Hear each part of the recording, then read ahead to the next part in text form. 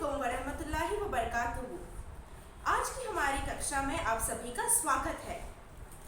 सबसे पहले हम आज की तारीख देख लेते हैं। आज की तारीख है 12/1/2021 और आज का दिन है मंगलवार। मंगलवार का अर्थ होता है ट्यूसडे। और आप सभी को पता है मंगलवार के दिन हमारी हिंदी की कक्षा होती है। तो क्या आप सब तैयार हैं? आज हम एक नया पाठ पढ़ने वाले हैं। पाठ शुरू करने से पहले मैं आपसे कुछ पूछना चाहती हूँ। क्या आप लोगों को त्योहार मनाना पसंद है? जी, हम सभी को त्योहार मनाना बहुत पसंद है। हमारे घर वालों के साथ, हमारे रिश्तेदारों के साथ हमें बहुत मजा आती है। और त्योहार एक ऐसा मौका है जब हम सब मिलकर खुशियां मनाते हैं।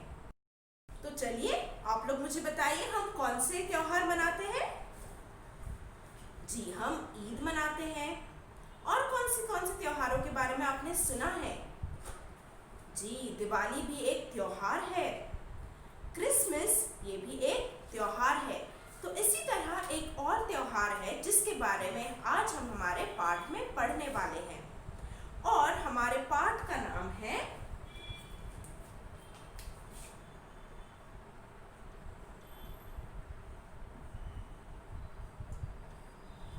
ओणम।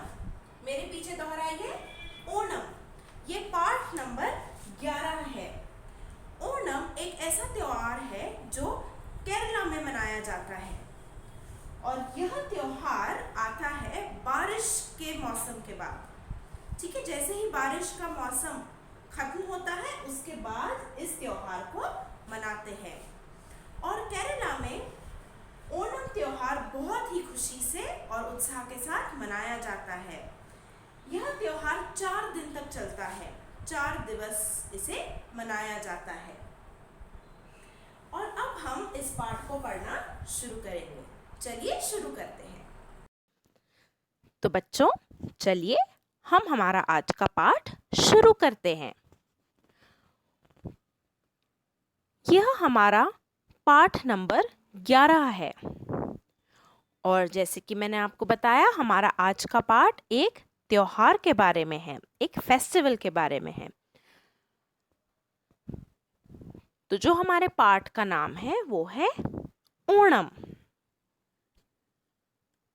चलिए हम पाठ पढ़ना शुरू करते हैं।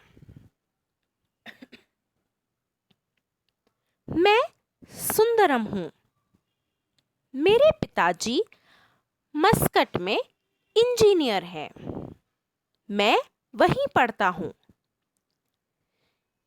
इस वर्ष मेरा परिवार ओणम का त्योहार मनाने के लिए अपने गांव आया है। अब एक लड़का है जिसका नाम है सुंदरम और वह अपने पिता के साथ मस्कट में रहता है। मस्कट एक जगह का नाम है। ठीक है, ये विदेश में एक जगह है। और सुंदरम के पिताजी क्या करते हैं? वो एक इंजीनियर है। और सुंदरम वहीं मस्कट में पढ़ाई कर रहा है। और इस वर्ष वह अपने परिवार के साथ अपने गांव आया है। और क्यों आया है वो गांव? त्योहार मनाने के लिए। कौन सा त्योहार? ओणम। जी, बिल्कुल सही कहा। बहुत सुंदर है हमारा गांव। चारों तरफ फूल ही फूल दिखाई देते हैं। यहाँ आते ही हम ओणम की तैयारियों में व्यस्त हो गए। अब अगर आप लोग गांव गए हो तो आप लोगों को पता होगा कि गांव कितना सुंदर होता है। हम शहर में रहते हैं, सिटी में रहते हैं। Yes, we live in a city. गांव विलेज होता है। अगर हम कंपेयर करें तो शहर की लाइफस्टाइल, शहर की ज़िंदगी से गांव की ज़िंदगी बहुत ही शांत, सुंदर होती है। वहाँ ज़्यादा शोर नहीं होता, लोग आराम से अपना काम करते हैं। बहुत ही अच्छा माहौल होता है गांव में। हर जगह हरियाली होती है और फूल पौधे होते हैं। उसी तरह सुंदरम के गांव में भी चारों तरफ फूल ही फूल दिखाई देते हैं और वह एक बहुत सुंदर गांव है। गांव पहुंचते ही वे सभी लोग ओणम की तैयारियों में व्यस्त हो गए। व्यस्त मतलब बिजी। हम बच्चे भी छोटे छोटे कामों में दादाजी और दादी जी की मदद करने लगे। आप लोग भी अपने दादा दादी की मदद करते हो, है ना? दादा दादी, नाना नानी अपने बुजुर्गों की मदद करते हो। उसी तरह सुंदरम भी और दूसरे सारे बच्चे जो छोटे छोटे काम होते हैं उनमें दादा दादी की मदद करने लगे। सारा गांव ही ओणम की तैयारियों में व्यस्त था। अब गांव, वैसे देखा जाए तो गांव में बहुत ज्यादा लोग नहीं रहते। अब शहर पुणे ही देख लीजिए, कितना बड़ा शहर है, कितने सारे लोग रहते होंगे। लेकिन एक गांव अगर हम देखें तो गांव में कम लोग रहते हैं और सभी लोग एक साथ त्योहार मनाते हैं, फिर चाहे वो कोई भी त्योहार हो। तो उसी तरह ओणम का त्योहार भी सभी गांव वाले साथ मनाने वाले थे और सारा गांव, पूरा गांव, सभी लोग ओणम की तैयारियों में व्यस्त हो गए। देखिए कितना सुंदर चित्र है।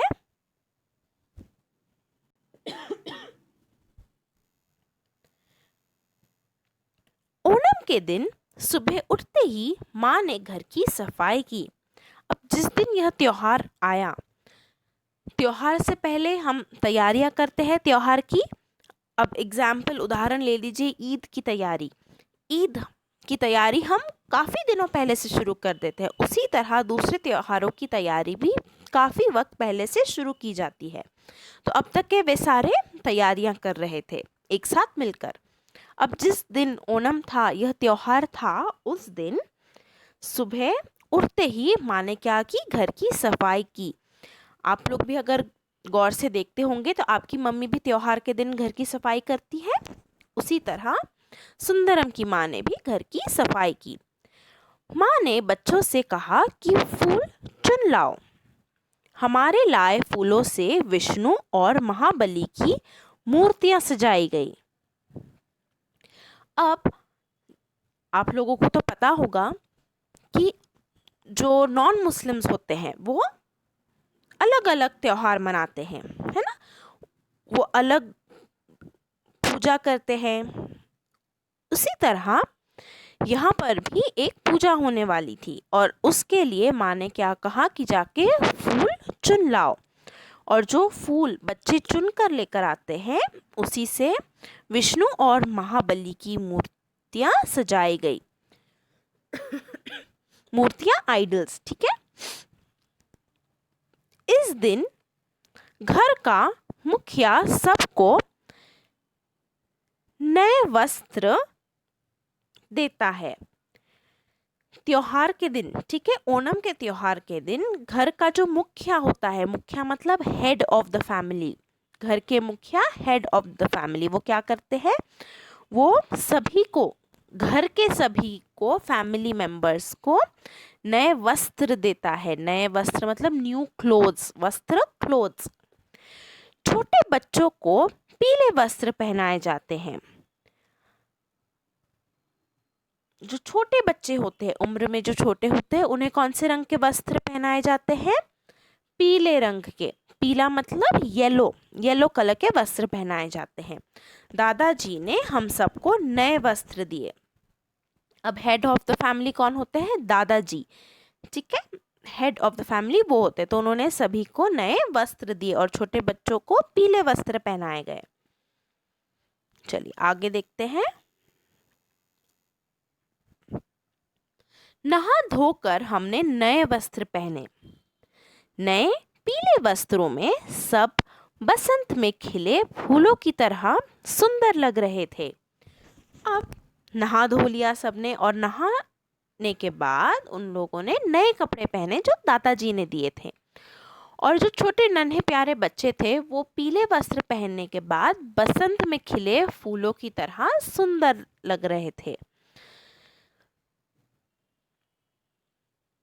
दादाजी और माँ ने प्रसाद के लिए चावल के स्वादिष्ट पकवान बनाए थे।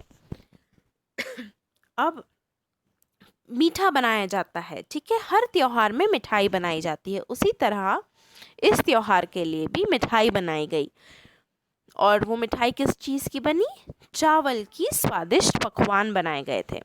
उन्होंने नारियल के दूध की गुड़ वाली खीर भी बनाई जो बहुत स्वादिष्ट थी। पूजा के बाद हमें तरह तरह के पकवान खाने को मिले।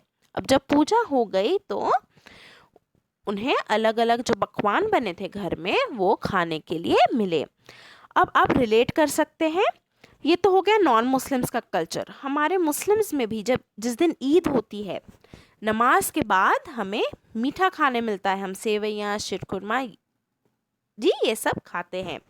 तो उसी तरह हर एक इंसान, हर एक रिलीजन अपना अलग अलग तरीके से त्योहार मनाते हैं।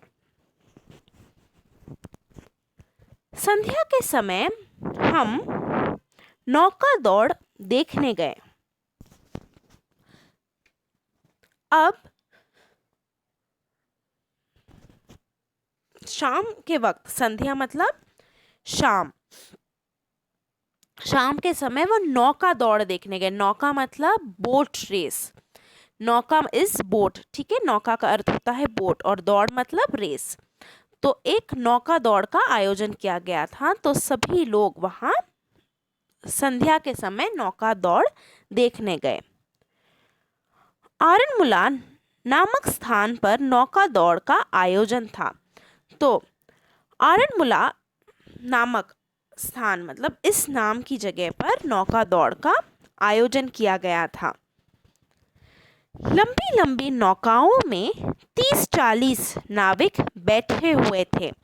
अगर आप लोग पेज नंबर 82 पर उस चित्र को ध्यान से देखेंगे तो आपको अच्छे से पता चलेगा कि नौका, मैंने जैसे आपको बताया, बोट होती है। देखिए कितनी लंबी नाव है, उसमें कितने लोग थे? 30-40 नाविक। नाविक मतलब जो नाव चलाते हैं, वो बैठे हुए थे।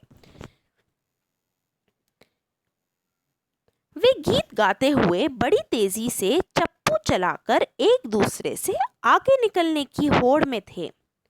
अब रेस है तो सभी मजे भी ले रहे थे, लेकिन उन्हें रेस जीतनी भी थी, ये दौड़ जीतनी भी थी। तो वो गुनगुनाते हुए, गीत गाते हुए तेजी से चप्पू चलाकर, चप्पू देखिए आप लोग, वो लंबी डंडियां हैं उनके हाथ में, यस, उसे यूज करके वो आगे बढ़ने की कोशिश कर रहे थे ताकि वो इस होड़ आगे बढ़ने की कोशिश में थे। कभी कोई नाव आगे निकल जाती तो कभी कोई। अब रेस में भी हम जब दौड़ते हैं तो कभी हम आगे होते हैं या कभी हमारे दोस्त आगे हो जाते हैं। रेस में ऐसे ही होता है। तो उसी तरह नाव भी कभी कोई नाव आगे चली जाती तो कभी कोई दूसरी नाव। तट पर खड़े लोग तालियां बजा बजा कर नाविकों का उत्साह बढ़ा रहे थे। तट पर खड़े, तट पर खड़े मतलब नदी के कॉर्नर पे, ठीक है, वहां खड़े होकर सभी तालियां बजाकर उत्साह बढ़ा रहे थे। जीते हुए नाविकों को फूल मालाएं पहनाई गई। जो नाव जीत गई उसमें जो 30-40 लोग थे, उन सभी नाविकों को मालाएं पहनाई गई, फूलों की मालाएं पहनाई गई। क्यों? क्योंकि वे जीत गए थे। हमें इस प्रतियोगिता को देखने में बहुत आनंद आया। अब यहाँ हमें एक और चीज़ ध्यान में रखनी है कि सुंदरम विदेश से आया हुआ है, तो उसे ये सब चीज़ें देखकर बहुत खुशी हो रही थी और बहुत आनंद मिल रहा था, क्योंकि बाहर विदेश में ऐसी चीज़ें ज़्यादा नहीं होती। उनका कल्चर बहुत डिफरेंट होता है और हमारा इंडियन कल्चर, गांव का कल्चर बहुत डिफरेंट होता है। सभी लोग साथ में हमेशा रहते हैं, त्योहार साथ में मनाते हैं, हर सुख दुख में सभी लोग साथ होते हैं। तो सुंदरम को ये सारी चीज़ें बहुत पसंद आ रही थी और यह नौका दौड़ देखकर तो वो बहुत खुश था। दादाजी ने कहा कि रात को कथकली नृत्य देखने जाएंगे। अब देखिए, ये तो संध्या में इन लोगों ने नौका दौड़ का आनंद ले लिया, बोट रेस देख ली। अब दादाजी क्या कह रहे हैं कि रात में हम कथकली नृत्य देखने जाएंगे। नृत्य होता है डांस। कथकली नृत्य एक डांस फॉर्म है। कथकली नर्तकों ने अपने मुंह पर कई रंग लगा रखे थे। राक्षस बने नर्तक बहुत भयानक लग रहे थे। अब जो कथकली नर्तक होते हैं, कथकली डांसर्स, उन्होंने क्या किया था, अपने मुंह पर अलग अलग तरह के रंग लगाए हुए थे। और जो राक्षस होता है डेविल, वो जो डांसर्स थे, वो जो नर्तक थे, वो बहुत ही भयानक लग रहे थे। और सुंदरम उन्हें देखते ही डर गया। चाचा जी उसकी तस्वीरें खींचने में व्यस्त थे। मैं ये तस्वीरें अपने साथ ले जाऊंगा और अपने मित्रों को दिखाऊंगा। सुंदरम तो उन्हें देखकर डर गया, लेकिन सुंदरम के चाचा जी क्या कर रहे थे, वे उन नर्तकों की चित्र ले रहे थे, तस्वीरें खींच रहे थे। और सुंदरम ने क्या कहा उन्हें कि मैं ये तस्वीरें अपने साथ मस्कट ले जाऊंगा और क्या करूंगा, अपने मित्रों को दिखाऊंगा। दादी जी ने ओणम की कथा भी सुनाई। यह है राजा महाबली के प्रजा प्रेम की कहानी। और फिर वहां दादी जी ने ओणम की कथा भी सुनाई। हर त्योहार के पीछे एक कहानी होती है कि यह त्योहार क्यों मनाया जाता है, कब से मनाया जाता है, इस त्योहार का क्या महत्व है। तो ये सारी बातें ओणम, इस त्योहार के बारे में दादी जी ने एक कथा सुनाई, एक स्टोरी सुनाई। इस बार ओणम का त्योहार मनाकर जो आनंद आया, वैसा पहले कभी नहीं आया। परिवार के साथ त्योहार मनाने का आनंद अनोखा होता है। कभी कभी हम त्योहार अपने घर वालों के साथ नहीं मना पाते, अपने सारे रिलेटिव्स के साथ नहीं मना पाते। हम अलग से मनाते हैं, वो अलग से मनाते हैं। लेकिन उसकी जगह अगर हम त्योहार सभी लोग साथ में मिलकर मनाएं तो हमेशा उसका आनंद दुगना होता है, उसका आनंद डबल हो जाता है। तो इसी तरह जब सुंदरम ने ओणम का त्योहार सभी के साथ मनाया, सभी गांव वालों के साथ मनाया, तो उससे बहुत मजा आया।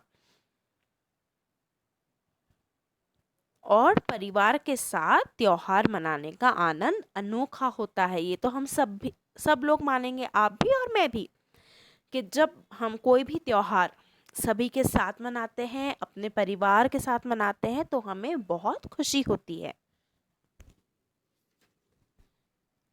तो ये थी हमारी ओणम त्योहार की कहानी। इस कहानी में हमने बहुत सारी चीज़ें सीखी भी, जैसे कि हमें त्योहार अपने घर वालों के साथ, रिश्तेदारों के साथ मिलकर मनाना चाहिए। हमें अपने बुजुर्गों की मदद करनी चाहिए और हमें एक नए त्योहार के बारे में जानने भी मिला। इस पाठ में कई नए शब्द भी हमने देखे, तो चलिए हम उन शब्द अर्थ को एक बार पढ़ लेंगे। मुखिया, मुखिया कौन होते हैं, परिवार का बड़ा सदस्य मुखिया होता है। और इंग्लिश में हम उन्हें कहते हैं हेड ऑफ द फैमिली। और हमारे हेड ऑफ द फैमिली कौन होते हैं, दादाजी। वस्त्र, कपड़े, मतलब क्लोथ्स। स्वादिष्ट, स्वादिष्ट का अर्थ होता है अच्छे स्वाद वाला, टेस्टी। आपकी मम्मी स्वादिष्ट खाना बनाते हैं, यस, टेस्टी फूड बनाती हैं। पकवान, खाने की पकी हुई बढ़िया चीज़ें, डेलिकेसीज। पकवान, बहुत सारी variety of items are cooked, उसे हम पकवान कहते हैं। अब इस तरफ आते हैं राइट हैंड साइड। आयोजन, आयोजन का अर्थ होता है इंतज़ाम, अरेंजमेंट। हम हर त्योहार के लिए आयोजन करते हैं, इंतज़ाम करते हैं। अगर हमें कोई एक्टिविटी करनी है तो हम उसका भी आयोजन करते हैं, हम इंतज़ाम करते हैं। नाविक, नाव चलाने वाले, बोटमैन। चप्पू, पतवार, ओर, जिससे बोट आगे बढ़ती है। प्रतियोगिता, होड़, प्रतियोगिता का अर्थ होता है कंपटीशन। नर्तक नाचने वाला, डांसर। और भयानक, भयानक मतलब डरावना, स्कैरी, हम जिसे देखकर डर जाएं। तो ये थे शब्द अर्थ। अब यहाँ मौखिक प्रश्न दिए हुए हैं, उन्हें हम डिस्कस कर लेते हैं। पहला प्रश्न है, सुंदरम कहाँ रहता था और क्यों? तो सुंदरम कहाँ रहता था?